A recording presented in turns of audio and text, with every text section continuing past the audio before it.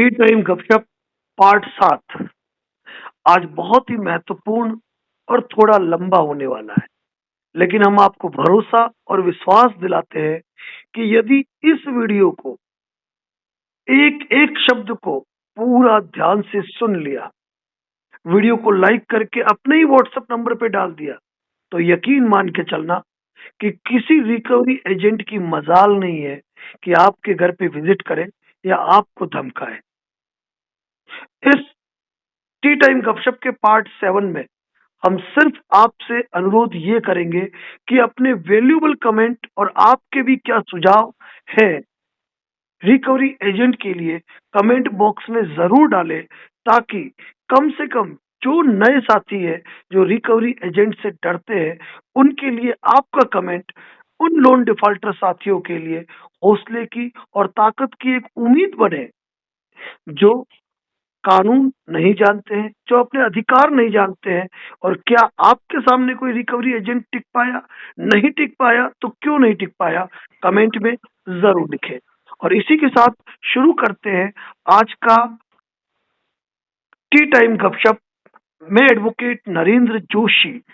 आज रिकवरी का काल आशु अग्रवाल जिन्हें कहा जाता है, तो सवाल आज एडवोकेट नरेंद्र जोशी के होंगे और जवाब देंगे रिकवरी के काल आशु अग्रवाल।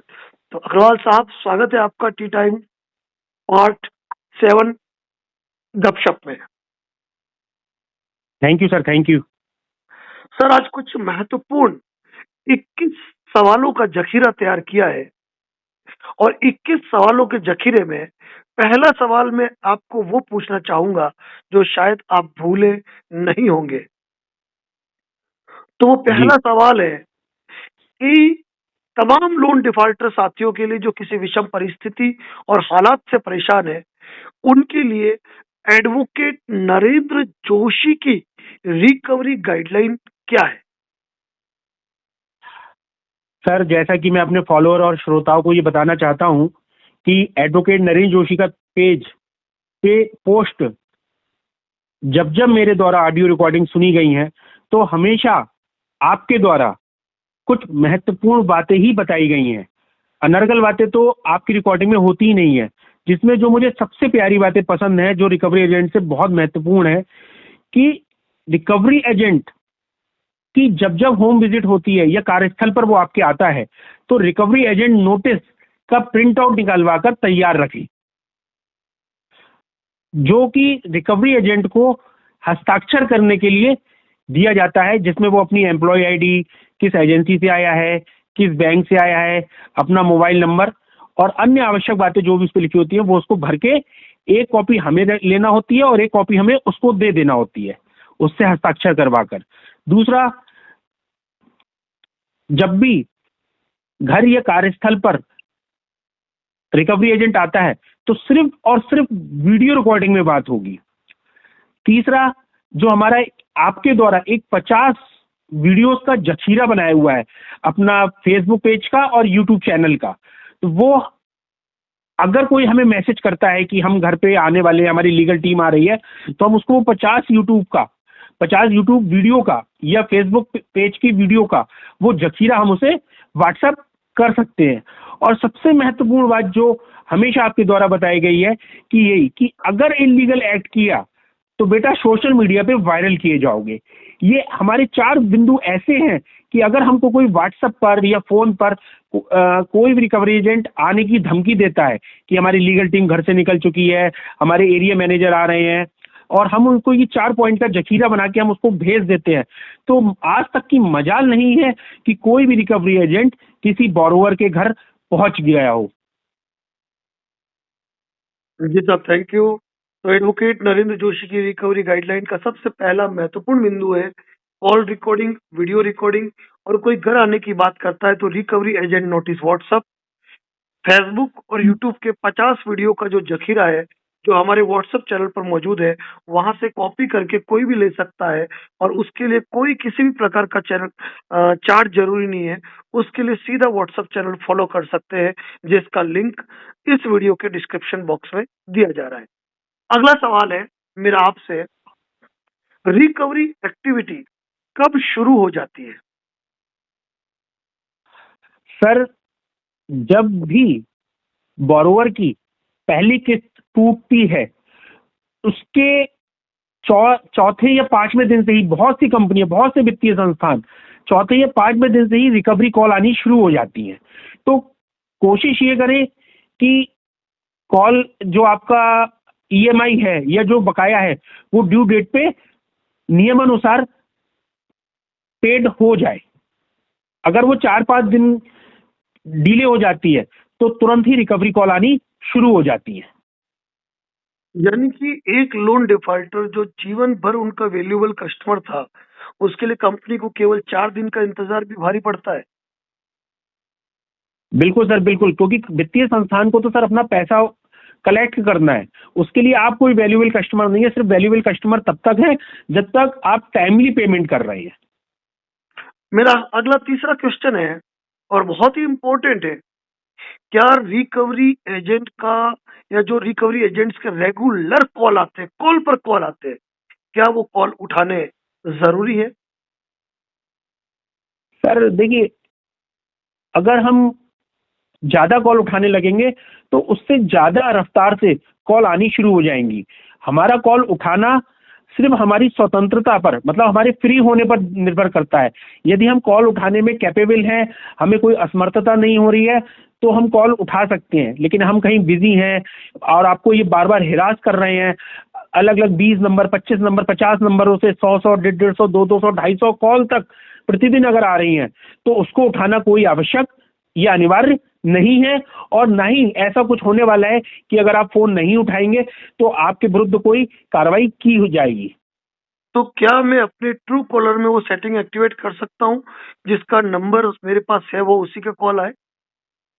बिल्कुल कर सकते हैं, लेकिन मैं इसमें थोड़ा सा सजेशन ये देना चाहूंगा कि ट्रू कॉलर के जहां लास्ट में 3 पॉइंट बने होते हैं ऊपर राइट साइड में, वहां पर जाकर आप स्पैम कॉल ब्लॉक करें, ना कि हर वो कॉल ब्लॉक करें जो आपका फोन में नंबर सेव नहीं है। इस प्रकार बहुत से बोरोवर के मेरे पास फोन आते हैं कि सर हमारे तो हमने उसमें जाकर अननोन नंबर को ब्लॉक कर दिया। अरे भाई, अगर तुम अननोन नंबर को ब्लॉक करोगे तो तुम्हारे जो महत्वपूर्ण लोग तुमसे कांटेक्ट करना चाह रहे हैं, तुम्हारे कार्य से संबंधित, तुम्हारे व्यापार से संबंधित, जिनका मोबाइल नंबर किसी कारणवश तुम्हारे मोबाइल में सेव नहीं है, तो वो लोग भी आपसे कांटेक्ट नहीं कर पाएंगे। तो इसमें मैं थोड़ा सा सुधार करने का आश्वासन देता हूं सबको, ये एक परामर्श देता हूं कि ट्रू कॉलर में जाकर spam call blocking option he on करें। और वैसे भी जो अभद्र भाषा और गालियां देने वाले होते हैं वो स्पैम कॉल ही होते हैं। बिल्कुल सर, बिल्कुल। अगला क्वेश्चन, क्वेश्चन नंबर 4।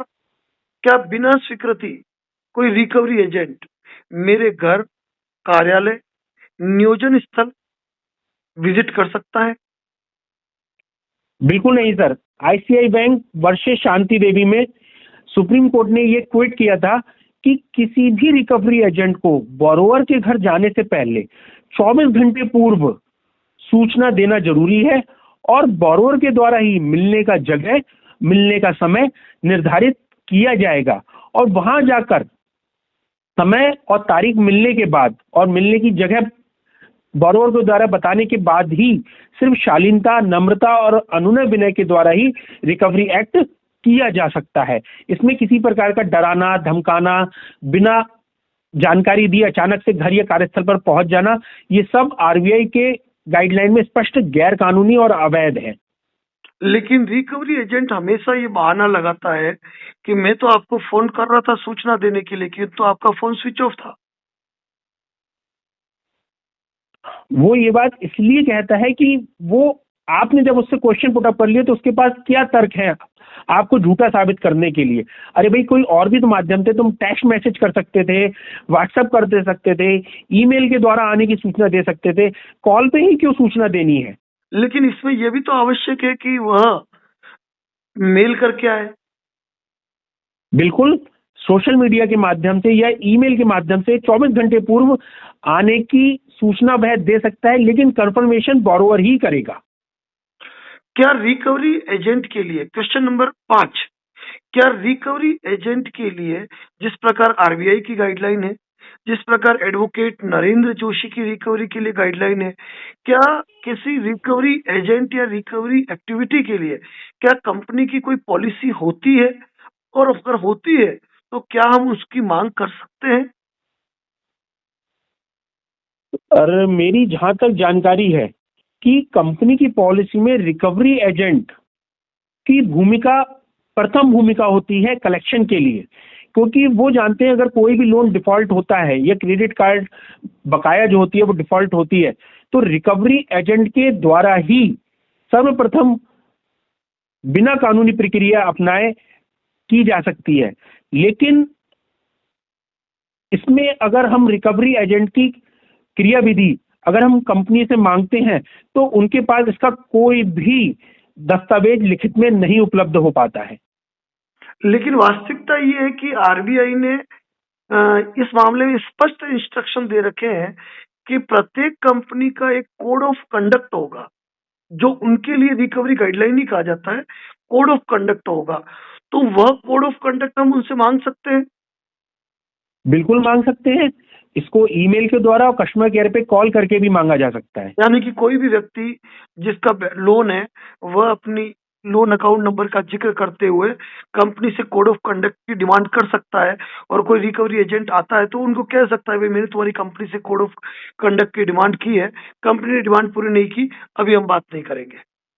बिल्कुल बिल्कुल, क्योंकि एडवोकेट नरेंद्र जोशी द्वारा हमेशा ये बताया जाता है कि अगर आपने अपने लोन से संबंधित या उसकी बकाया से संबंधित या रिकवरी से संबंधित कोई कंप्लेंट कस्टमर केयर पे दर्ज करा रखी है, तो तब जब तक उसका समाधान नहीं हो जाता है, जब तक कोई भी रिकवरी एक्ट कंपनी द्वारा नहीं किया जाएगा। ठीक है सर, बिल्कुल।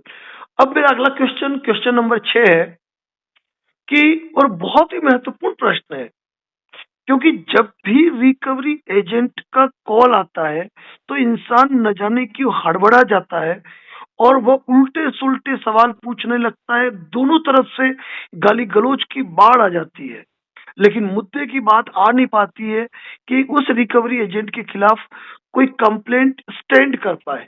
और हम दोष देते हैं आरबीआई को, हम दोष देते हैं एनबीएफसी कंपनियों को, बैंकों को। तो जब रिकवरी एजेंट का कॉल आए तो कौन से कुछ मुख्य सवाल प्रथम पूछने चाहिए? एडवोकेट नरेंद्र जोशी द्वारा सबसे पहले तो रिकवरी एजेंट के कॉल आने पर हमेशा यही बताया गया कि सबसे पहले आपको कॉल रिकॉर्डिंग पर बात करनी है और व्हाट्सएप कॉल तो उठाना ही नहीं है। अननोन नंबर की व्हाट्सएप कॉल नहीं उठाना है और नॉर्मली कॉल आ रही है तो उसको रिकॉर्डिंग पे बात करना है।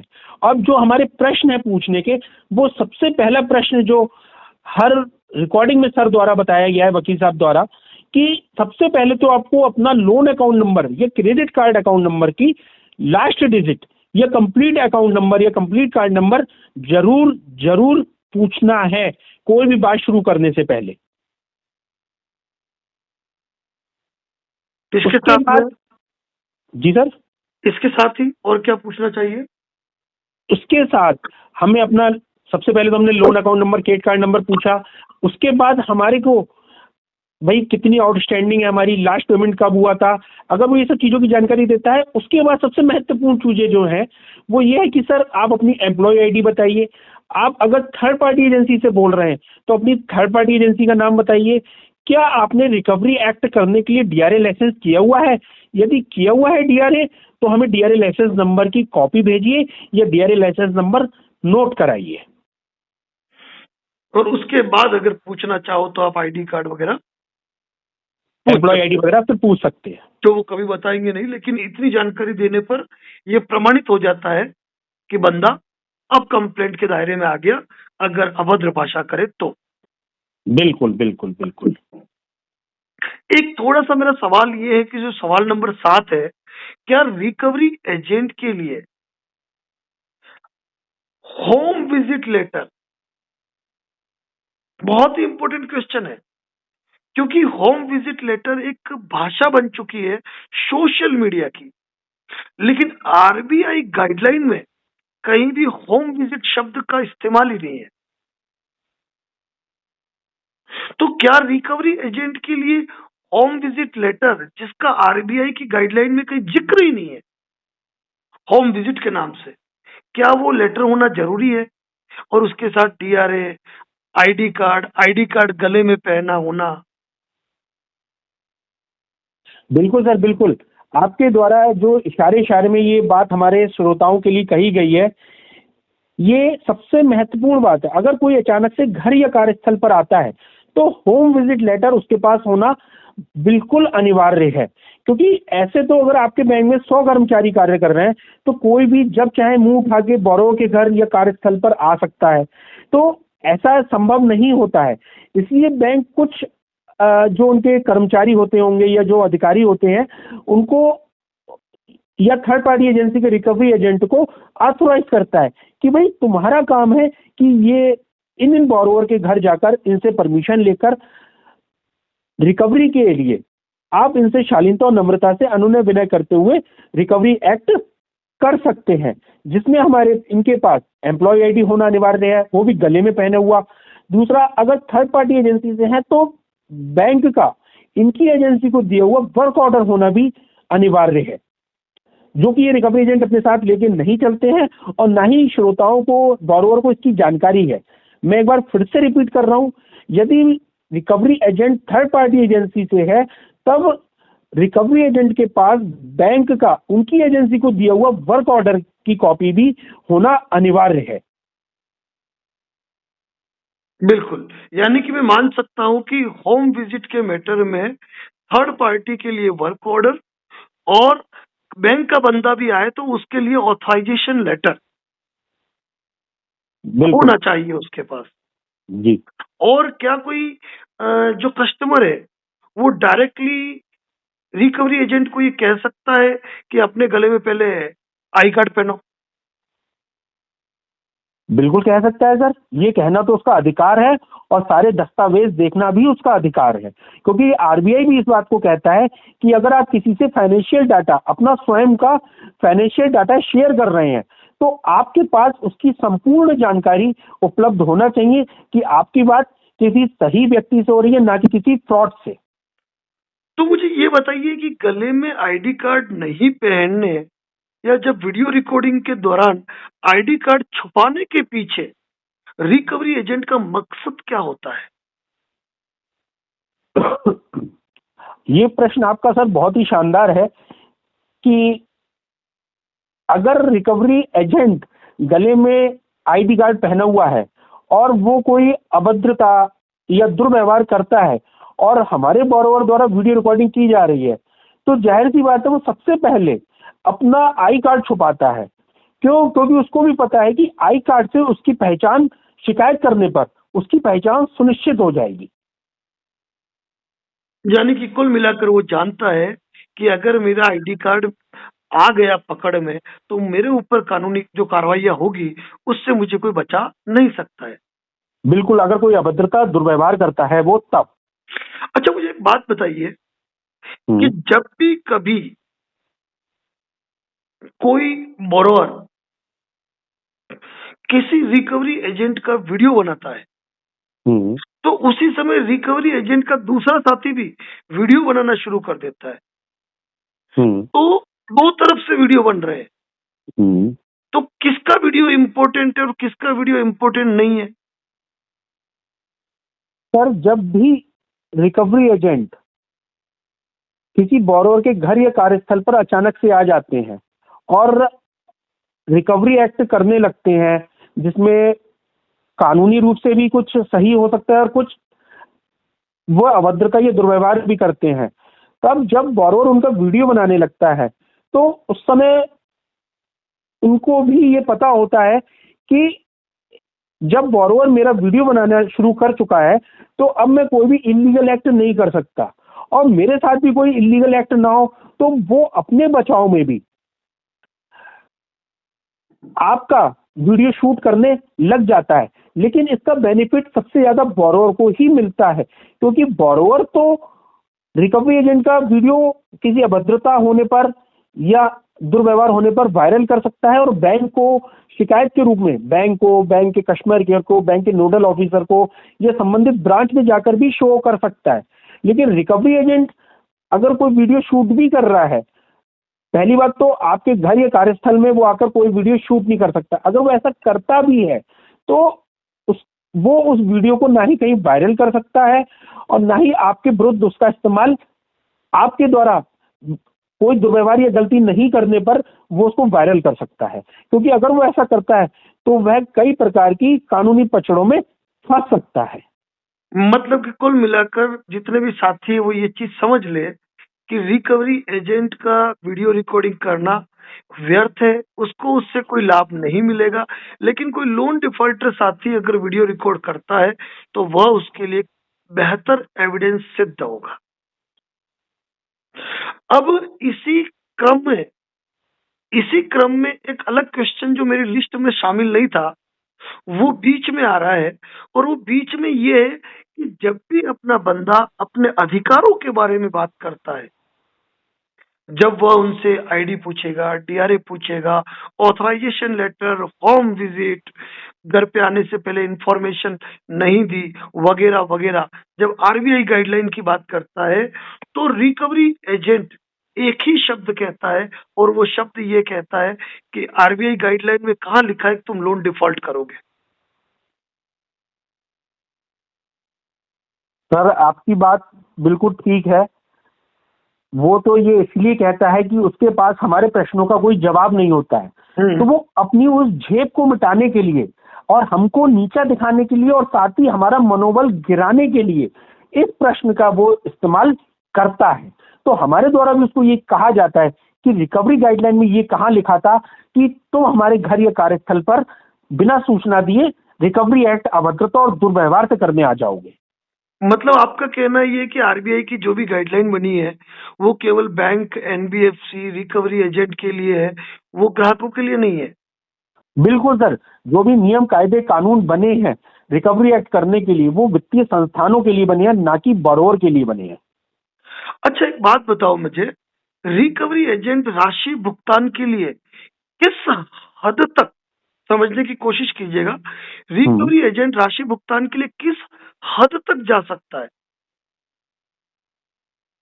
देखिए, इसमें दो चीजें हुई, एक तो वो फोन पर और दूसरा घर या कार्यस्थल पर विजिट पर आकर। तो आपका थोड़ा सा प्रश्न में मैं थोड़ा कंफ्यूज हूँ कि आपका इशारा किस तरफ है सर। मतलब मेरा कहना यही है कि रिकवरी एजेंट कॉल पे तो चलो आप किसी का फोन उठाओगे नहीं, वो दो अगर आपको अभद्र भाषा में कहता है तो आप 10 कह सकते हो, क्योंकि उसके खिलाफ तो कंप्लेंट दर्ज हो सकती है, आपके खिलाफ कोई कंप्लेंट दर्ज नहीं होती है क्योंकि शुरुआत उसने कर ली। लेकिन ये कि रिकवरी एजेंट घर आ गया तो भुगतान के लिए किस हद तक दबाव डाल सकता है? नहीं, तुमको तो भुगतान करना ही पड़ेगा, मैं तो बैठा रहूंगा जब तक पेमेंट नहीं दोगे।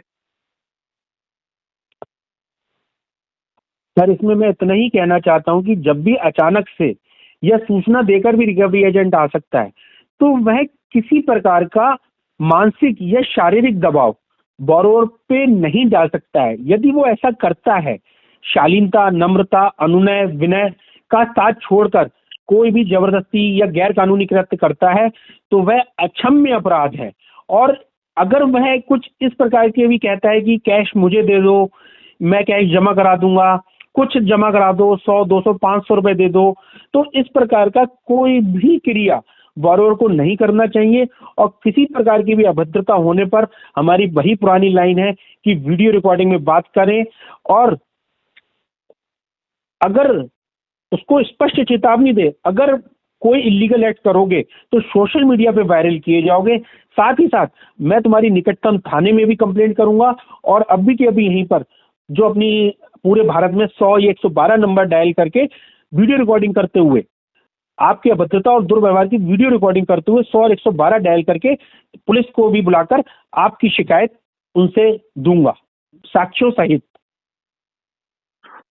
मैंने ये सुना है कि रिकवरी एजेंट कभी भी आएगा तो उनके साथ वो अधिकतम 2 लोग हो सकते हैं, और 30 मिनट से ज्यादा वह रुक नहीं सकते हैं और वह किसी के घर के अंदर नहीं जा सकते हैं। इन बातों में कितनी सच्चाई है? सर ये जो आपने 30 मिनट का समय बताया है, हम्म। ये मेरी जहां तक जानकारी में ये 10 से 15 मिनट होता है। हम्म। अगर रिकवरी एजेंट आता है तो अधिकतम वो स्वयं अकेला आएगा या बहुत से बहुत एक अपना जूनियर संग में ला सकता है, जो कि आपको उनको घर के बाहर ही खड़ा रखना है।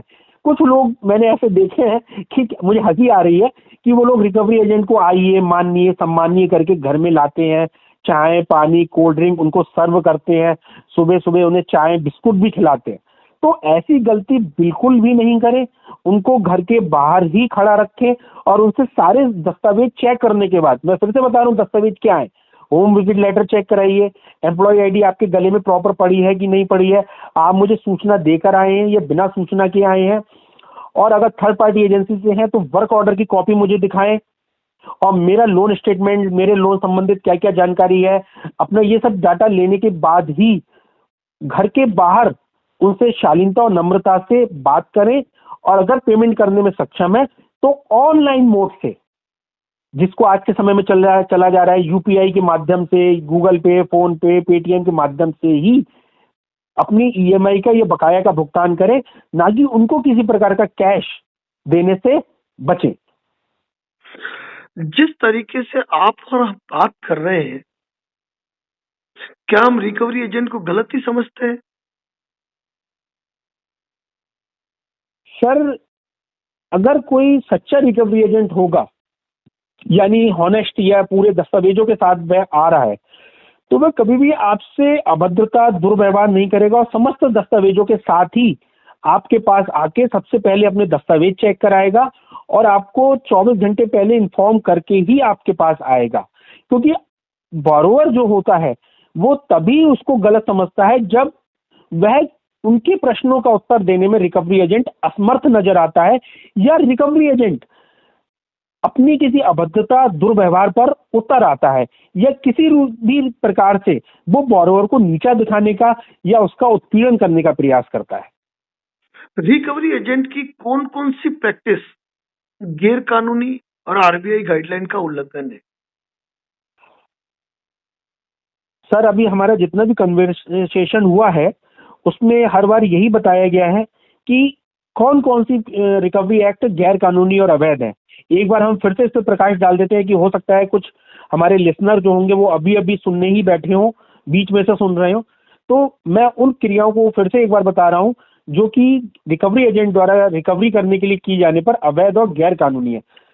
अगर वह घर या कार्यस्थल पर आता है तो वह शालीनता, नम्रता, अनुनय और विनय से ही बात करेगा।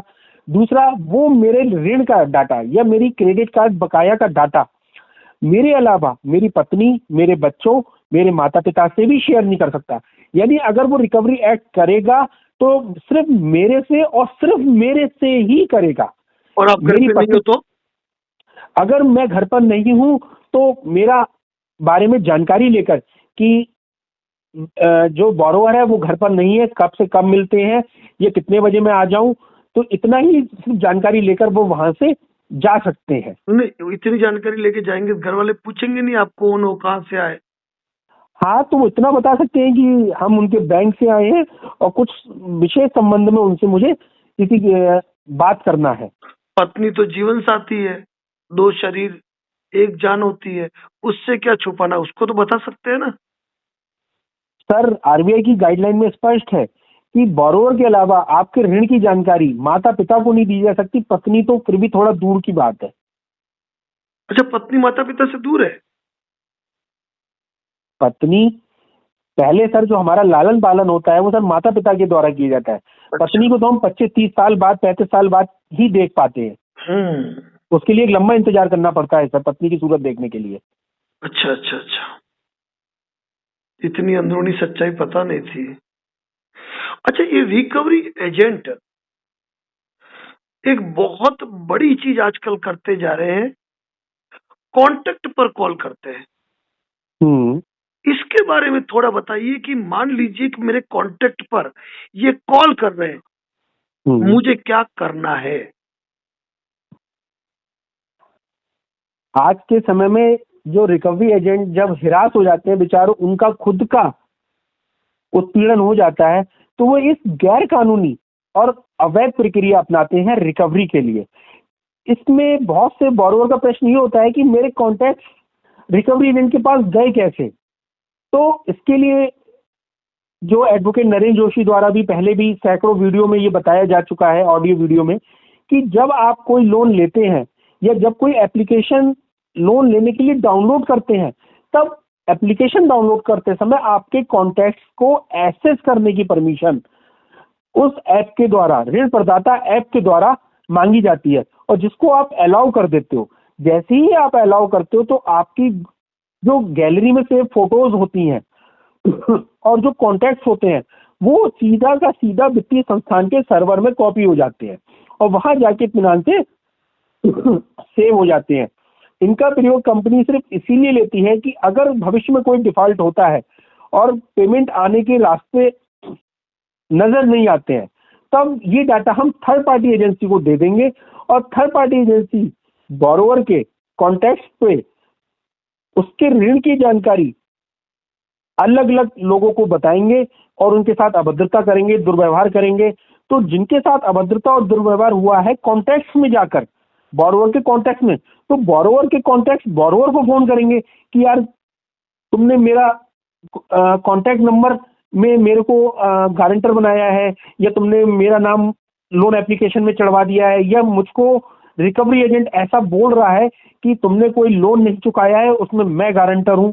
तो बहुत सारी प्रश्न और इसमें आ जाते हैं जो रिकवरी एजेंटों द्वारा कॉन्टैक्ट को फोन करके हैरान परेशान किया जाता है।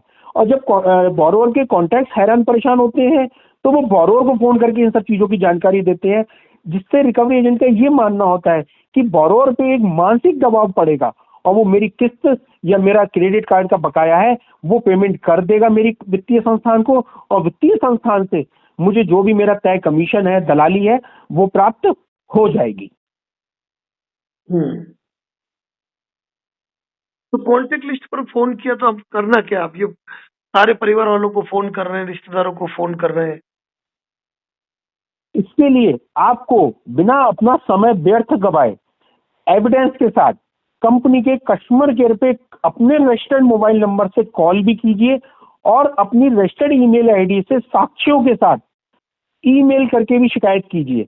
इसमें आपको जो रिकवरी एजेंट के कॉल कॉन्टैक्ट पे किए जा रहे हैं, अगर आपके कॉन्टैक्ट इतने समर्थ हैं कि वो उसकी रिकॉर्डिंग कर सकते हो तो रिकॉर्डिंग करें, स्क्रीनशॉट ले सकते हो, जो जिन जिन नंबरों से कॉल आ रही है उसके स्क्रीनशॉट लें और आपको वो भेज दें, और वो आप उस ऑडियो रिकॉर्डिंग को और उस स्क्रीनशॉट को कंपनी को एज ए एविडेंस मेल भी करें और बकायदा कस्टमर केयर पे कॉल करके भी शिकायत भी दर्ज कराएं। और इसके अलावा जो हमने एक नया तरीका बनाया है कि अपने निकटतम साइबर थाने में भी शिकायत का ड्राफ्ट हमारा रेडी रहता है, तो शिकायत के ड्राफ्ट के साथ और साक्ष्यों के साथ अपने निकटतम साइबर थाने में भी शिकायत दर्ज कराएं।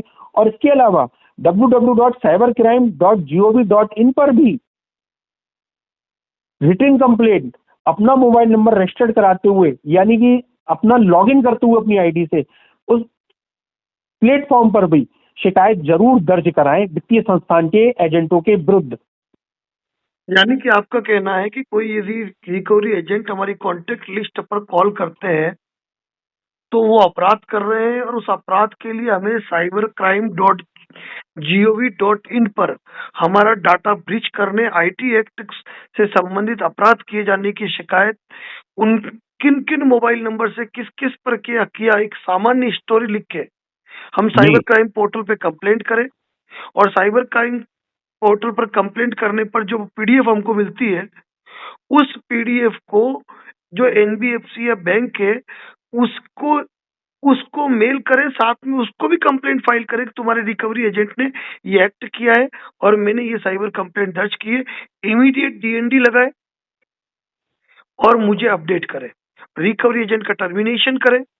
थर्ड पार्टी रिकवरी एजेंसी है तो उनसे उनका वर्क ऑर्डर कैंसिल करें। और अगर आपके द्वारा तुरंत सॉल्यूशन नहीं किया जाता है तो मेरे द्वारा नियत समय बाद आरबीआई लोकपाल में कंप्लेंट की जाएगी।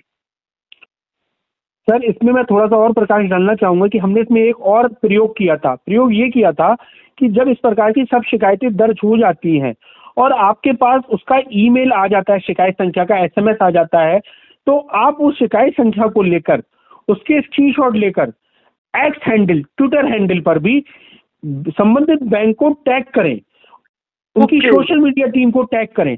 और जैसे ही आप इसको टैग करते हैं उसके आधा घंटा 1 घंटे में ही आपके पास कस्टमर केयर जो इनकी सोशल मीडिया टीम होती है उसका फोन आ जाता है कि सर हमने आपकी शिकायत पे संज्ञान लेते हुए या कार्रवाई करते हुए हमने प्रोसेस शुरू कर दिया है, अब आप अपनी शिकायत को एक्स हैंडल से हटाएं। तो उस समय बोरोवर को सबसे पहले डीएनडी की डिमांड करना चाहिए कि कम से कम मेरे मोबाइल पर 60 से 90 दिन का डीएनडी लगाया जाए और मेरे घर पर किसी प्रकार की विजिट को तुरंत स्टॉप किया जाए। और डू नॉट डिस्टर्ब यानी डीएनडी मतलब मेरे फोन पर 60 से 90 दिन तक किसी भी रिकवरी एजेंट का रिकवरी एक्ट से संबंधित कोई भी कॉल नहीं आए। ये हमारा एक सफल प्रयोग रहा है और 100% जिस बोरोवर ने शिकायत संख्या को ट्विटर पे संबंधित बैंक की ट्विटर आईडी पे टैग करके किया है उसको हमेशा पॉजिटिव रिजल्ट मिला है और उसकी शिकायत का समाधान भी बहुत ही कम समय में हुआ है। यानी कहने का मतलब है कि जो हमसे 100+ साथी जो आज की तारीख में रिकवरी एजेंट की सर्विसेज आज की तारीख में आपसे ले रहे हैं, तो आपने उन पर भी ये चीजें अप्लाई की है? बिल्कुल सर, मेरे जितने भी बोरोवर साथी हैं शायद ही उसमें किसी को मुझसे कोई शिकायत होगी, नहीं तो मैं पूरा तन मन धन से लगकर उनकी रिकवरी एक्ट से संबंधित जो भी गैर कानूनी प्रक्रिया होती है उसको तुरंत रुकवाने में कारगर साबित होता है। नहीं, ये बात तो मैं तमाम सब्सक्राइबर साथियों को कहना चाहूंगा, जितने भी दर्शक साथी सुन रहे हैं, कि advocate Narendra Joshi and associate से जुड़े जितने भी साथी हैं जो आशु जी अग्रवाल की भी सेवाएं ले रहे हैं, आज तक किसी की शिकायत ये नहीं रही कि आशु जी अग्रवाल ने उनकी समस्याओं का समाधान नहीं किया। यहाँ तक कि साम दाम दंड भेद, जहां जो जिस नीति से मिला उस नीति से उसको ठिकाने लगाया है, उसके लिए तो मैं आपको धन्यवाद कहना चाहूंगा। और साथ ही सभी साथियों से भी कहना चाहूंगा कि जो भी साथी आशु जी अग्रवाल से नहीं जुड़े हैं, वह एक मामूली सा शुल्क है, क्योंकि किसी चीज को करने के लिए थोड़ा सा तो आपको होम करना ही पड़ेगा। और आप आशु जी अग्रवाल से जुड़े, जिनके पास आशु जी अग्रवाल का नंबर नहीं है, वह जो मुझसे जुड़े हुए हैं सीधे मुझसे आशु जी अग्रवाल के नंबर ले सकते हैं। और जो डायरेक्टली इनसे रिकवरी एजेंसी एजेंट मैटर में जुड़ना चाहते हैं, वो हमारे प्रत्येक फेसबुक पोस्ट पर इनका खुद के नाम से, आशु अग्रवाल के नाम से जो कमेंट रहता है, जो लगभग पिन किया जाता है हमारे द्वारा, वहां आप इनको मैसेंजर के थ्रू भी जुड़ सकते हैं। तो अब क्योंकि बेहतरीन सेवा इनके द्वारा दी जाती है, और यही कारण है कि आज का वीडियो कुछ अलग हो गया। थंबनेल भरे ही है आशु अग्रवाल के अनसुलझे सवाल, एडवोकेट नरेंद्र जोशी के सटीक जवाब, लेकिन यहाँ जवाब आशु अग्रवाल के और सवाल एडवोकेट नरेंद्र जोशी के हैं। और इसी कड़ी में अगला सवाल थोड़ा सा कानूनी नहीं, गैर कानूनी है, लेकिन कहते हैं कि मोहब्बत और जंग में सब जायज है। तो उसी कड़ी को रखते हुए मैं आपसे पूछना चाहता हूं अग्रवाल साहब कि ये रिकवरी एजेंट है ना, ये हमारे साथ खेल खेलते हैं बॉम्बर ओटीपी, बॉम्बर कॉल का। और यदि कोई हमारे कांटेक्ट पे आ रहा है, हमारे कांटेक्ट को कॉल करके परेशान कर रहा है, तो आपका ही कहना है कि दुष्ट को दुष्टता की भाषा ही समझ में आती है। जी जी। तो क्या बॉम्बर ओटीपी, बॉम्बर कॉल भी रिकवरी एजेंट के नंबरों पे लगा देना उचित है? सर इसमें मेरे द्वारा तो यही कहा जाता है कि अगर वो आपके कॉन्टेक्ट पे परेशान कर रहा है और आपके ऊपर भी बॉम्बर ओटीपी का यूज कर रहा है, अब हम अपने दर्शकों को ये बताना चाहेंगे, बहुत से दर्शक हैं या श्रोता है, हमारे साथी भाई हैं, उन्हें यही नहीं पता है बॉम्बर ओटीपी क्या होता है। तो पहले तो मैं ये बताता हूँ बॉम्बर ओटीपी कॉल या मैसेज क्या होता है। बॉम्बर ओटीपी एक प्ले स्टोर से डाउनलोड की हुई एक ऐप होती है जिसमें आप किसी का भी मोबाइल नंबर डालते हो तो उस पे 50, 100, 150 एसएमएस अननोन आईडी से, अलग अलग आईडी से 15 से 20 मिनट के अंतराल पे आपके पास 50, 100, 150 ओटीपी आके गिर पड़ते हैं। आपके साथ भी कभी ऐसा हुआ होगा कि आपकी किसी रिकवरी एजेंट से बहस हो गई या आपने मना कर दिया, उसके 10-5 मिनट बाद ही आपके मोबाइल पे एक ओटीपी का पहाड़ टूट पड़ा। हर 2 से 2.5 से 3 सेकंड में आपके मोबाइल पे एक ओटीपी का मैसेज आ रहा है। तो उस समय पैनिक बिल्कुल नहीं होना है। आप वो सिर्फ एक किसी रिकवरी एजेंट की या किसी अन्य थर्ड पार्टी की चाल हो सकती है कि आपको परेशान करा जाए। तो आप भी उनके फोन पर, उनके मोबाइल नंबर पर बॉम्बर ओटीपी या बॉम्बर कॉल लगा सकते हैं। इसमें कुछ भी गलत नहीं है। हाँ, ये बदला लेने के लिए नहीं किया जाना चाहिए, बल्कि सबक सिखाने के लिए इसका प्रयोग किया जाना चाहिए। और कोई हम पे इसका प्रयोग कर रहा है तो हमें इससे घबराना भी नहीं चाहिए। सिर्फ ये एक परेशान करने की क्रिया है, आपको हैरान परेशान करके कि बस जिससे आपके मन में कोई भय व्याप्त हो और आप किस्त का या बकाया का पेमेंट कर दो। यानी कि आपका कहना है कि अगर किसी व्यक्ति के ऊपर 100, 150, 100, 150, 100, 150 हर थोड़ी देर में लगाते रहोगे तो वो कॉन्टेक्ट पर कॉल करेगा कैसे और खुद ही हैरान परेशान हो जाएगा। जी सर जी। बिल्कुल बिल्कुल सर। सर इसी कड़ी में खैर ये बात तो हो चुकी है, क्वेश्चन मेरा कवर हो चुका है कि रिकवरी एजेंट के खिलाफ शिकायत कहाँ कर सकते हैं, तो पुलिस स्टेशन में भी कर सकते हैं, साइबर क्राइम पोर्टल पर भी कर सकते हैं, हम एनबीएफसी या बैंक की मेल आईडी पर भी कर देते हैं। लेकिन यहाँ पर सभी साथियों को ये कहना चाहूंगा कि आरबीआई लोकपाल को तुरंत कंप्लेंट मत करो, 30 दिन का इंतजार करो या कंपनी का उल्टा सीधा जवाब या उचित जवाब आने का इंतजार करो, उसके बाद आरबीआई लोकपाल को लिया करो। दूसरी मुझे एक बात बताओ, ये रिकवरी एजेंट व्हाट्सएप कॉल बहुत करते हैं, वीडियो कॉल, व्हाट्सएप मैसेज, क्या करें? सर, हमेशा से ही एडवोकेट नरेंद्र जोशी द्वारा ये बताया गया है कि अननोन नंबर की जब भी आप किसी पेमेंट डिफॉल्ट में फंसे हुए हैं, किसी क्रेडिट कार्ड आउटस्टैंडिंग में फंसे हुए चल रहे हैं, बकाया चल रही है, तो आपका जब डाटा रिकवरी एजेंसी के पास जाता है तो सबसे पहले वो आपको व्हाट्सएप कॉल करना शुरू कर देते हैं। इसके मेरी समझ से एक ये कारण भी हो सकता है कि व्हाट्सएप कॉल की रिकॉर्डिंग नहीं है। इसमें आपको वो धमका भी सकते हैं, आपके साथ अभद्रता भी कर सकते हैं और अन्य गैर कानूनी और फर्जी प्रक्रियाएं अपना सकते हैं जिसका आपके पास कोई एविडेंस नहीं होता है। तो इसीलिए एडवोकेट नरेंद्र जोशी द्वारा हमेशा ये कहा जाता है कि व्हाट्सएप कॉल तो बिल्कुल ही नहीं उठाना है।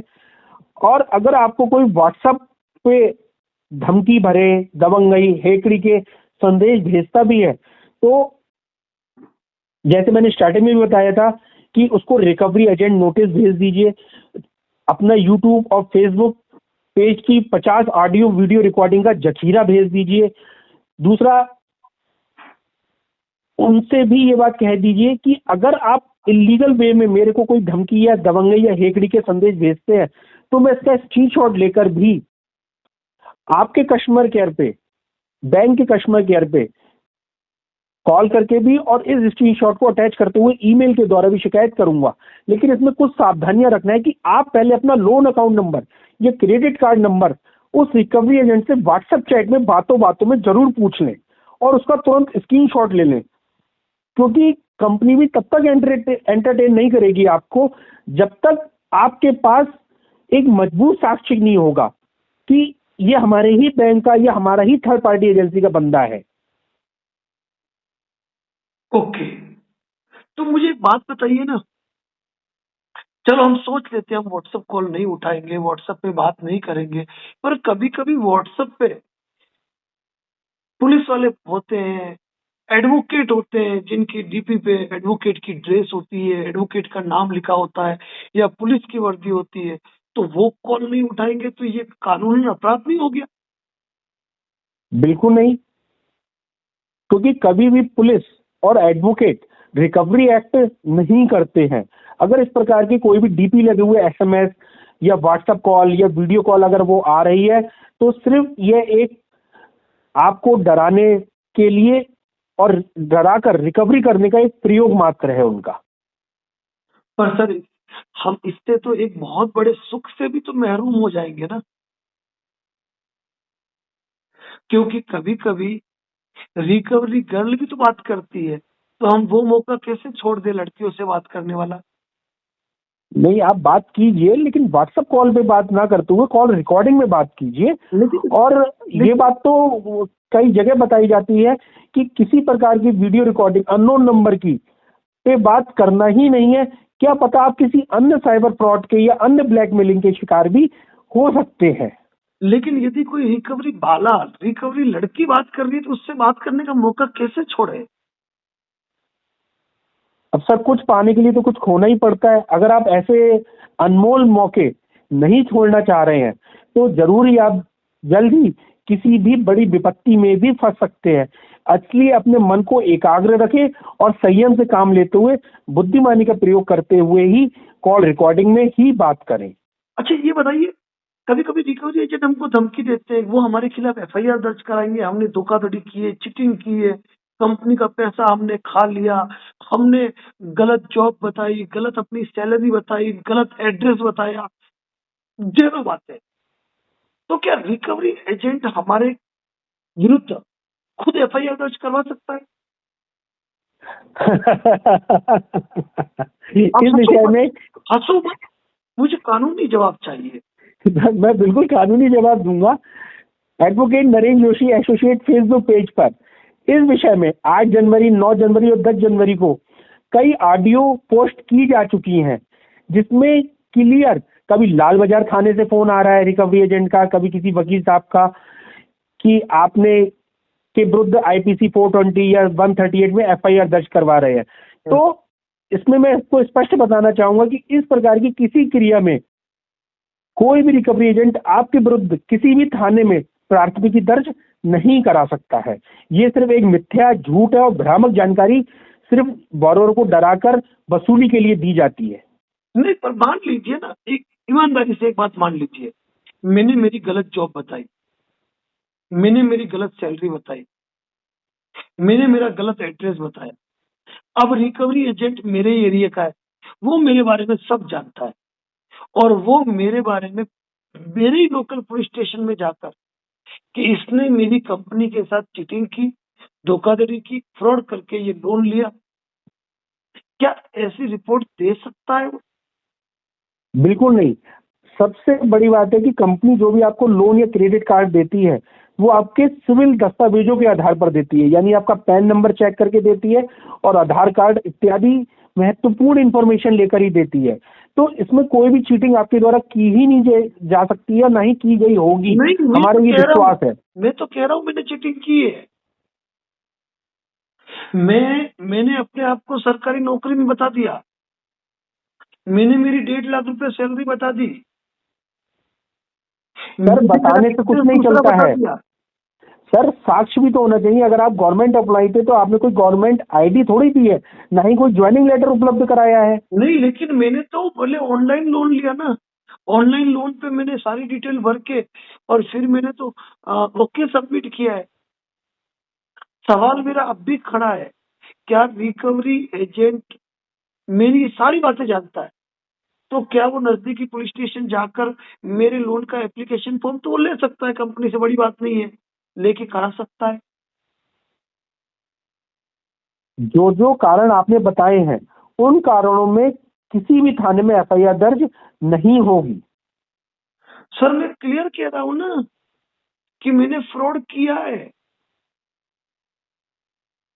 सर, फ्रॉड तो तब माना जाएगा जब आपने आधार और पैन नंबर में कोई हेर फेर या चीटिंग करी है। मैंने गलत जानकारी भी तो दी है, मैंने सैलरी स्लिप दी है, चलो मान लीजिए मैंने लोन लेने के लिए सैलरी स्लिप उस जगह की दे दी जो थी ही नहीं। सर, जहां तक मेरी जानकारी है कि कोई भी वित्तीय संस्थान बिना क्रॉस चेक किए हमारी दी हुई सैलरी स्लिप को ठीक नहीं मान सकता है। सर डीएसए क्या नहीं करते हैं, डीएसए क्या नहीं करते हैं? क्या लेकिन सर, किसी रिकवरी एजेंट को कंपनी की ओर से संपूर्ण जानकारियां, मतलब संपूर्ण जानकारी उसको है फ्रॉड की, तो क्या वह खुद जाकर एफआईआर दर्ज करवा सकता है? नहीं करवा सकता है सर। बिल्कुल सही बात कही आपने, वो नहीं करवा सकता है क्योंकि कोई भी रिकवरी एजेंट हो, एक लोन डिफॉल्टर जाकर रिकवरी एजेंट के विरुद्ध एफआईआर दर्ज करवा सकता है क्योंकि वह अपना मालिक खुद है। लेकिन यदि कोई व्यक्ति रिकवरी एजेंट यदि एफआईआर दर्ज कराना चाहता है तो सबसे पहले उसे कंपनी की परमिशन लेनी पड़ेगी, उसको कंपनी की पावर ऑफ अटॉर्नी लेनी पड़ेगी, कंपनी का बोर्ड रेजोल्यूशन पास करेगा और रेजोल्यूशन पास करके उसको अधिकृत करेगा, तभी वो कर सकता है। और एक रिकवरी एजेंट को कभी भी अधिकृत नहीं करते हैं। थोड़ा सा सर मुझे एक चीज बहुत ज्यादा खाई जाती है कि रिकवरी एजेंट ने अगर अपने को गालियां देनी शुरू कर दी तो क्या हम गालियां दे सकते हैं उसको? बिल्कुल दे सकते हैं। अगर हमारा आत्मसम्मान को कहीं ठेस पहुंचती है और शुरुआत अगर रिकवरी एजेंट के द्वारा की जा रही है, अच्छा, शुरुआत तो वो करे तो बिल्कुल सर, बिल्कुल। अच्छा, तो अगर हमारी जो भावनाएं हैं वो उसको कहती हैं, फिलहाल तो हमारा चैनल या हमारा पेज इस प्रकार की किसी कृत्य का समर्थन नहीं करता है। ये बोरोवर के विवेक पर निर्भर करता है अच्छा, कि वो फोन काट दे या उससे बहस में जीत जाए। ठीक है, ठीक है। क्या रिकवरी एजेंट की वीडियो रिकॉर्डिंग करना गैरकानूनी है? बिल्कुल नहीं। वीडियो रिकॉर्डिंग करना तो हमारे क्षेत्र में, हमारे कार्यस्थल पर वो आया है तो ये तो हमारा अधिकार है। इसके लिए हमें किसी से परमिशन लेने की, पूछने की या किसी को सवाल जवाब करने की या किसी को स्पष्टीकरण देने की, वीडियो रिकॉर्डिंग करने के लिए हमें कोई आवश्यकता नहीं है। ये हमारा जगह है, हमारा प्रेमिसेस है, हमारा कार्यस्थल है। तुम गैरकानूनी रूप से बिना सूचित किए हमें आए हो और हमारे साथ अभद्रता या दुर्व्यवहार कर सकते हो। इसलिए हमें अपने बचाव में और एविडेंस के लिए वीडियो रिकॉर्डिंग करना मेरा अधिकार है।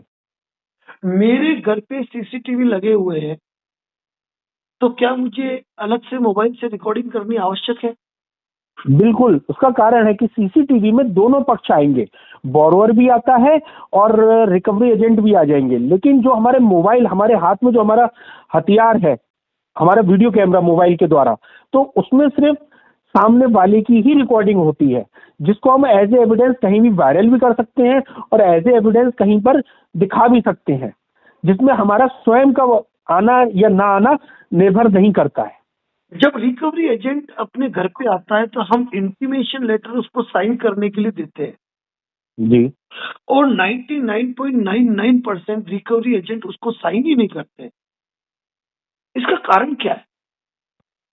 उसका ये कारण है कि सर वो अपनी पहचान उजागर नहीं करना चाहता है और दूसरा वो नियमों कानूनों के अंतर्गत आपके घर कार्यस्थल पर नहीं आया है। और दूसरा, अगर वो ऐसा करता भी है, उसमें हमेशा एडवोकेट नरेंद्र जोशी द्वारा यही बताया गया है कि आपको रिकवरी एजेंट नोटिस 2 प्रतियों में साइन कराना है। एक प्रति उससे समस्त दस्तावेज भरवाकर उसकी जो भी महत्वपूर्ण जानकारी वो भरवाकर अपने पास रख लेना होती है और एक अपनी सारी जानकारी भरकर उसको दे देना होती है। मतलब रिकवरी एजेंट का नाम, लोन अकाउंट नंबर, हमारा इत्यादि इत्यादि, जैसा जैसा फॉर्मेट में भरा होता है। तो कंपनी कल को उसको ये आरोप कर सकती है कि तुम रिकवरी करने गए थे या वहां पर अपनी पहचान सुनिश्चित कराने गए थे। रिकवरी तो कर नहीं पाए और उल्टा अपना एक दस्तावेज साइन करके वहां और दे आए और उससे एक दस्तावेज और ले आए जो हमें उस बोरोवर की फाइल में लगा के रखना पड़ेगा। तो इसीलिए recovery agent recovery agent notice पे हस्ताक्षर करने से घबराते हैं और रिकवरी एजेंट नोटिस दिखाती ऐसे भागते हैं जैसे हनुमान चालीसा पढ़ने पे भूत भागते हैं। यानी कि आपका कहना यह कि इंटीमेशन लेटर इनका काल है। बिल्कुल। जैसे आशु अग्रवाल है। चल, अब बहुत ही महत्वपूर्ण और अलग सवाल। मेरी किस्त है 50,000 रुपए महीने की। कोई रिकवरी एजेंट मेरे पास आया और क्या मुझे उसके खर्चे पानी के 200-500 रुपए दे देने चाहिए ताकि वो चुपचाप चला जाए? नहीं। Advocate Narendra Joshi associate Facebook और यूट्यूब पेज कभी भी इस चीज का समर्थन नहीं करता है कि आप इन लोगों को एक एक्स्ट्रा धनराशि इनको प्रदान करें। इस प्रकार से देने से आप अपने पैरों पे स्वयं ही कुल्हाड़ी मारेंगे और ना ही मैं तो ये तक भी कहता हूँ कि अगर ये लोग कहते हैं कि भाई अपनी किस्त में ही 100, 200, 500, 2000, 5000 रुपए जमा करा दो और हमें कैश दे दो, हम ये तुम्हारे जाके तुम्हारे बिहाफ से हम कंपनी में जमा करा देंगे, तो वहां पर भी मैं इसको कहना चाहूंगा कि इस प्रकार के किसी भी कृत्य को अवॉइड करें। किसी भी प्रकार का कैश देने से इन लोगों को बचें क्या, देना ही नहीं है, ये कसम खा लें। ठीक है। रिकवरी एजेंट अगर ये कहे कि मैं लोन सेटलमेंट करवा देता हूं, तो क्या लोन बोरोवर को उस चीज के लिए एग्री हो जाना चाहिए? सर बहुत से बार अपने जो बोरोवर्स आती हैं उनका फोन आता है कि रिकवरी एजेंट का फोन आया है या वो हमारे घर पर आया है और वो कह रहा है कि सिर्फ एक किस्त दे दो भाई हमें, या कुछ 5000, 2000, 10,000 जैसा जिसका लोन की बकाया है उस हिसाब से कुछ राशि मुझे दे दो और मैं अगले महीने सेटलमेंट लेटर इशू कराऊंगा और उसमें ये तुम्हारी राशि एडजस्ट करा दूंगा। ये एक टोकन मनी होती है जो हमें कंपनी में दिखानी पड़ती है कि बोरोवर या लोन डिफॉल्टर सेटलमेंट कराने का इच्छुक है और उसने हमें एज ए टोकन मनी इतने रुपए दिए हैं। तो अगर इस प्रकार का कोई भी रिकवरी एजेंट आपसे ये बात कहता है तो उसको अवॉइड करें, उससे अपनी सेटलमेंट से संबंधित जो भी अपनी महत्वपूर्ण बातें हैं वो बताएं और सुने और करें और उनसे कहें कि सेटलमेंट लेटर इशू करा लाओ। पहले उस सेटलमेंट लेटर को इशू कराकर मैं एडवोकेट नरेंद्र जोशी से चेक करवाऊंगा, उसके बाद ही इसका संपूर्ण राशि ओटीएस में वन टाइम सेटलमेंट में भुगतान कर दूंगा, जहां पर आप दोनों की बात जो होती है वो निर्धारित हो जाती है। तो आपका कहना ये है कि कोई रिकवरी एजेंट है कि आके ये कहता है कि इस बार मिनिमम ड्यू पे कर दो या एक ईएमआई दे दो, अगले महीने में आपके लोन का सेटलमेंट इतने अमाउंट में कर दूंगा, इसका मतलब हम उस बात को झूठ माने? बिल्कुल झूठ माने, वो सिर्फ आपको बेवकूफ बना रहा है क्योंकि हर महीने सेटलमेंट एजेंसी चेंज हो जाती है। नेक्स्ट मंथ अगर आप उसके पैसे देने के बाद अगर नेक्स्ट मंथ आप उसको कोई कॉल करते भी हैं तो या तो नंबर बदल चुका होगा, ये नंबर स्विच ऑफ बताएगा या वो आपका नंबर उठाएगा ही नहीं। ये सिर्फ आपको एक बेवकूफ बनाने की प्रक्रिया है जिसमें वह आपसे कुछ धनराशि मिनिमम ड्यू के नाम पे ये एक लमसम कुछ कम राशि आपसे मांगता है और ये झूठा आश्वासन देता है कि अगले महीने मैं सेटलमेंट कराते समय इस राशि को एडजस्ट करा दूंगा, लेकिन अभी आप मुझे कुछ रुपए दे दीजिए जिससे मैं आपके लोन बकाया में मैं जमा करा सकूं। मतलब आपका कहना है कि ये रिकवरी एजेंट का षड्यंत्र है? बिल्कुल षड्यंत्र है और आपको बेवकूफ बनाने की संपूर्ण क्रिया विधि। अच्छा, मैं आपसे एक बात पूछता हूँ, बड़ी ही अचरज भरी बात है। नवंबर महीने के अंदर एक नेशनलाइज बैंक का क्रेडिट कार्ड सेटल हुआ। सेटलमेंट हुआ तो उसमें क्या हुआ कि जब सेटलमेंट लेटर मेरे पास आया तो पार्टी ने मुझे कहा सर ये सेटलमेंट लेटर वेरीफाई कर दो। तो मैंने सेटलमेंट लेटर को वेरीफाई किया कि भाई ये जेन्युइन सेटलमेंट लेटर है, आप पेमेंट जमा करा सकते हो। तो उसने कहा कि सर इसमें कुछ राशि जो है वो रिकवरी एजेंट देने वाला है। मैंने कहा क्या कहा, रिकवरी एजेंट देने वाला है? हाँ। मैंने कहा तो ठीक है भाई, एक काम करना, आप पेमेंट पहले मत जमा कराना, पहले उससे राशि ले लेना और फिर तुम जमा कराना। तो वो कहे नहीं सर, उसने मुझे बैंक बुलाया है और कह रहा है कि बड़ा अमाउंट में जमा करा रहा हूं तो तुम तुम्हारा छोटा अमाउंट लेके आ जाना। तो आप यकीन मानेंगे, 90,000 का सेटलमेंट था, 80,000 रुपए रिकवरी एजेंट ने जमा कराए और मूल पार्टी ने 10,000 जमा कराए। तो क्या रिकवरी एजेंट लोन सेटलमेंट में खुद भी पैसा लगाते हैं? सर कई परिस्थितियों में रिकवरी एजेंट को अपना टारगेट पूरा करने के लिए अपनी जेब से अपनी पॉकेट से भी कुछ रुपया सेटलमेंट के टाइम जमा करना पड़ता है। उसमें आपके द्वारा ये बात बहुत अच्छी बताई गई थी कि पहले आप रिकवरी एजेंट से रुपए जमा कराना या कैश ले लेना, उसके बाद ही बकाया राशि अपने अकाउंट में जमा कराना। मतलब पहल हमें खुद नहीं करना है कि बहुत से केसेस में बोरोवर हाव भाव में जल्दीबाजी में पहले रुपए जमा करा देता है और रिकवरी एजेंट बाद में ये कहता है कि मेरे पास तो रुपए है ही नहीं, या किसी अन्य कारण से मैं अब इसमें रुपए जमा नहीं कर सकता, तो वहां पर बोरोअर का नुकसान हो जाता है और वो सेटलमेंट इनकम्प्लीट होकर ही नल एंड वॉइड हो जाता है। तो आपके द्वारा ये बात बहुत अच्छी बताई गई कि पहले रिकवरी एजेंट द्वारा कैश बोरोअर को कैश ले लिया जाना चाहिए या अपने अकाउंट में जमा करवाना चाहिए। ओके ओके, मतलब सेटलमेंट में ये लोग अमाउंट जमा करा सकते हैं, यानी कि खुद लोन डिफॉल्टर बोरोअर खुद रिकवरी एजेंट की भूमिका निभाकर रिकवरी करने वालों से पेमेंट मांग सकता है। सर ये तो रिकवरी एजेंट ही बोरोअर को ऑफर देता है, क्योंकि कोई भी बोरोअर ये नहीं कहता है कि आप इतने पैसे जमा कर दीजिए रिकवरी एजेंट से। ये तो सुनने में ही एक अटपटा प्रश्न है, लेकिन रिकवरी एजेंट अपना टारगेट पूरा करने के लिए ही बोरोअर को प्रलोभन देते हैं कि हम इलीगल फंडिंग कर देते हैं, आप हमें कार्ड रोटेशन कर देते हैं। तो मैं हमेशा ही advocate Narendra Joshi associate Facebook page इन सब चीजों का विरोध करता है, करता था और करता रहेगा। कोई भी बोरोअर इस प्रकार के किसी भी प्रलोभन में नहीं आए। और सेटलमेंट की बात है तो पहले रिकवरी एजेंट द्वारा ही कैश प्राप्त कर ले या अकाउंट में जमा करवाए। यानी आपका कहना ये है कि हम कार्ड का रोटेशन भी नहीं करें? बिल्कुल नहीं, क्योंकि कार्ड का रोटेशन कराने से आप एनपीए से दूर हो जाओगे। अच्छा अच्छा, और चार्जेस वगैरह और बढ़ते जाएंगे, धीरे धीरे राशि बढ़ जाएगी। और हर महीने फिर वही आपका जो एक तरह से शोषण होगा वो बरकरार रहेगा। हर महीने एजेंसी बदलेगी और हर महीने आपके साथ शोषण होता रहेगा। तो इस प्रकार के कार्ड रोटेशन से बचना चाहिए। अगर आपको कार्ड एनपीए करवाना ही है तो कोशिश करें कि उसमें कोई भी लीगल एक्टिविटी ना करने दी जाए। ओके ओके, और कोई रिकवरी एजेंट मुझसे बिना पूछे मेरे लोन अकाउंट में या क्रेडिट कार्ड में पेमेंट जमा करा देता है और फिर मुझसे मांगने आए तो मैं क्या करूं? अगर आप बहुत बड़े दिल वाले हैं तो उसकी बकायदा आरती उतारते हुए उसको उसका जो ने लीगल फंडिंग की है वो उसका रुपया उसको वापस कर दें आप, तो इसमें आप ही का नाम होगा।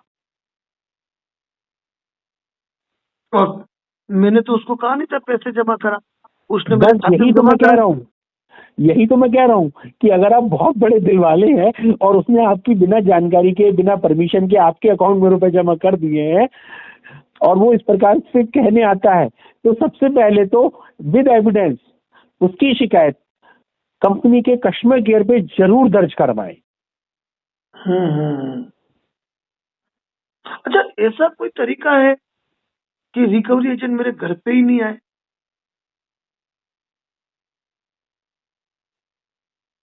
सर हमारे जो पेज पे हमेशा से जो रिकवरी एजेंट गाइडलाइन बताई गई है, रिकवरी गाइडलाइन बताई गई है, अगर हम उसको फॉलो करते हैं तो रिकवरी एजेंट कभी घर पे आएगा ही नहीं। क्योंकि रिकवरी एजेंट घर पर आने से पहले अनेकों बार फोन पे आपसे संपर्क करते हैं। अगर वो आपको फोन पे धमकाते हैं कि देख मैं घर पे आता हूँ, अभी घर पे विजिट होगी, तो आप सबसे पहले तो उनसे ये बात कहिए कि जब भी आओगे वीडियो रिकॉर्डिंग में बात होगी। दूसरा, रिकवरी एजेंट नोटिस आपसे साइन करवाया जाएगा, इंटीमेशन लेटर। दूसरा, उसके पास यूट्यूब और फेसबुक पे हमारी लगभग 50 वीडियो का रिकवरी एजेंट रिलेटेड 50 वीडियो का जखीरा उसको व्हाट्सएप कर दें।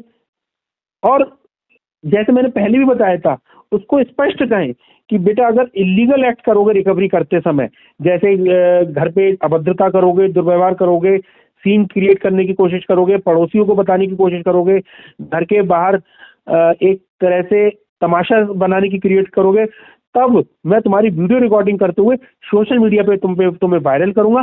साथ ही निकटतम पुलिस थाने में भी शिकायत करूंगा और तुम्हारी कंपनी के कस्टमर केयर पर भी ईमेल द्वारा और कॉलिंग के द्वारा भी शिकायत दर्ज कराऊंगा।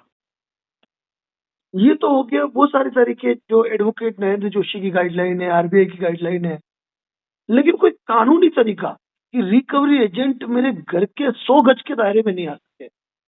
बिल्कुल सर, इसके लिए भी एडवोकेट नरेंद्र जोशी द्वारा अनेकों बार बीच बीच में रिकॉर्डिंग के ऑडियो वीडियो रिकॉर्डिंग के बीच बीच में बताया गया है कि भारतीय नागरिक सुरक्षा संहिता की धारा 163(2) के अंतर्गत हम संबंधित अपने घर या कार्यस्थल के संबंधित मजिस्ट्रेट के समक्ष इस प्रकार की अवैध कार्रवाई रोकने के लिए प्रार्थना पत्र दे सकते हैं।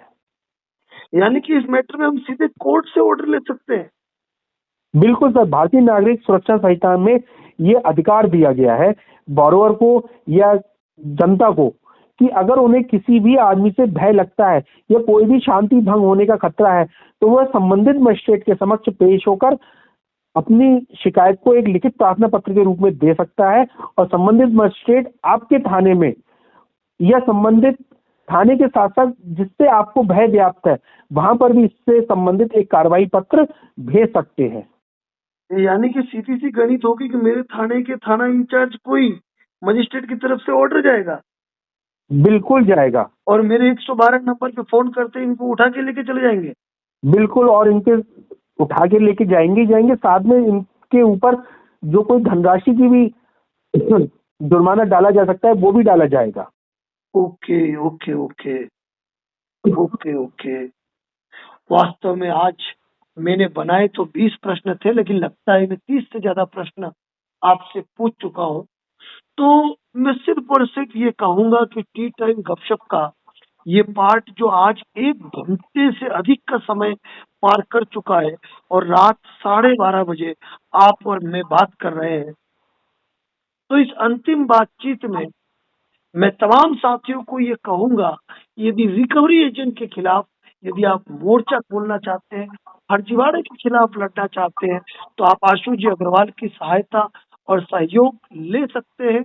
और आशु जी अग्रवाल से ये कहूंगा कि अंतिम इस 1 घंटा अभी तक की जो 7 मिनट की रिकॉर्डिंग है, 1 घंटा 7 मिनट, अंतिम में सार रूप में आप क्या सलाह देना चाहेंगे तमाम दर्शकों को?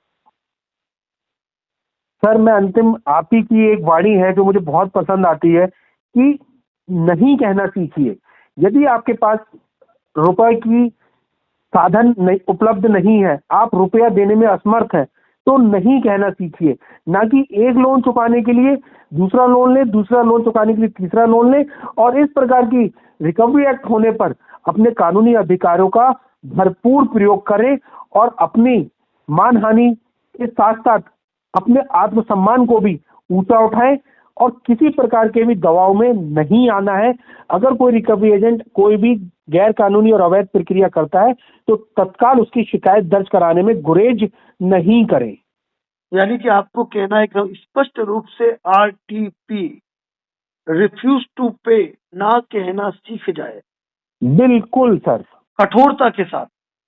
बिल्कुल सर, नहीं है तो नहीं है, आते ही दूंगा। और अपने संस्थान को एडवोकेट नरेंद्र जोशी द्वारा बताए हुए प्रायर नोटिस डिफॉल्ट होने से पहले या डिफॉल्ट होने के तुरंत बाद जरूर भेजें, क्योंकि ये आपके कर्ण के कवच और कुंडल की तरह आपकी सुरक्षा करता है। चलिए अग्रवाल साहब, बहुत बहुत धन्यवाद, क्योंकि आज टी टाइम गपशप का जो पार्ट है, ये हो सकता है कि कई हालात से परेशान साथियों के लिए एक सबक बनेगा। और यदि इन सारे पॉइंट को यदि वो नोट डाउन करते हैं तो बहुत ही बड़ी एक उनके लिए मतलब बचाव का हथियार बनेगा। लेकिन फिर मैं बीच में माफी चाहूंगा, क्योंकि एक महत्वपूर्ण प्रश्न मैं चूक गया, और वो महत्वपूर्ण प्रश्न बहुत ही ज्यादा महत्वपूर्ण है और उसका जवाब तो आपको देना ही पड़ेगा। बिल्कुल सर।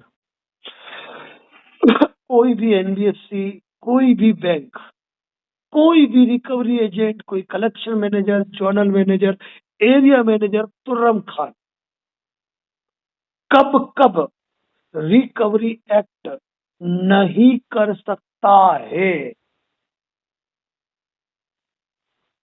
ये दासू सवाल तो रह गया था ना। लेकिन सर मैंने बीच में इसका आंसर दे दिया था, लेकिन फिर भी मैं अपने फॉलोअर को, अपने साथी भाइयों को जो एडवोकेट नहीं, नरेंद्र जोशी वो जवाब नहीं आया था जिस जवाब का हमको इंतजार है। प्रश्न वापस सुनिए।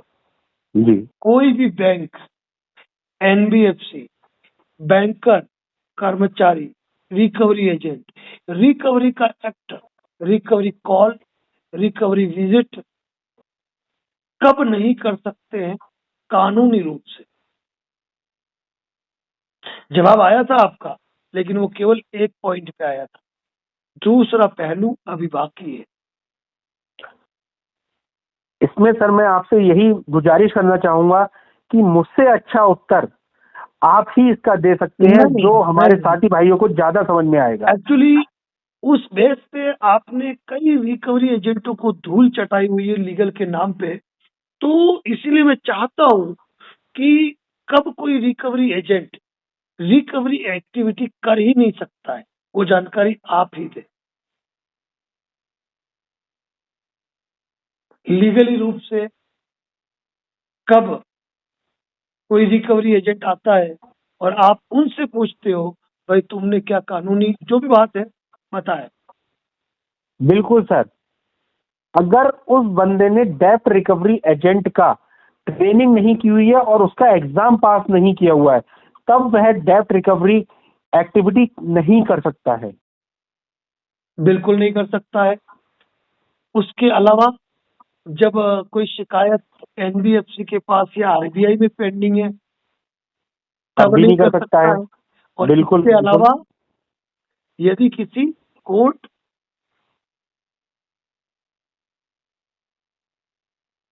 यदि किसी कोर्ट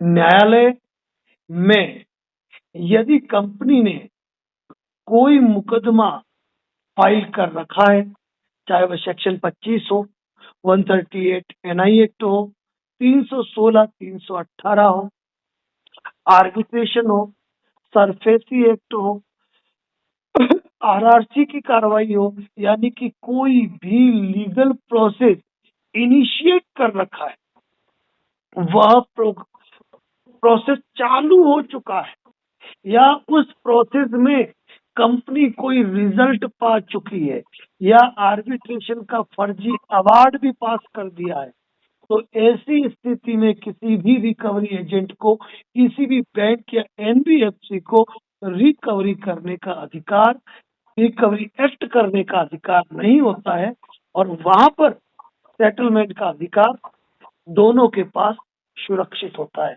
ऐसी स्थिति में केवल सेटलमेंट की बात की जा सकती है, रिकवरी की बात नहीं की जा सकती है। बिल्कुल सर बिल्कुल। तो thank you so much आशुष Agarwal साहब। आज करीब 1.25 घंटे का टी टाइम गपशप, अगर थोड़ी देर और चलते हैं तो ये टी टाइम गपशप लंच टाइम गपशप हो जाता।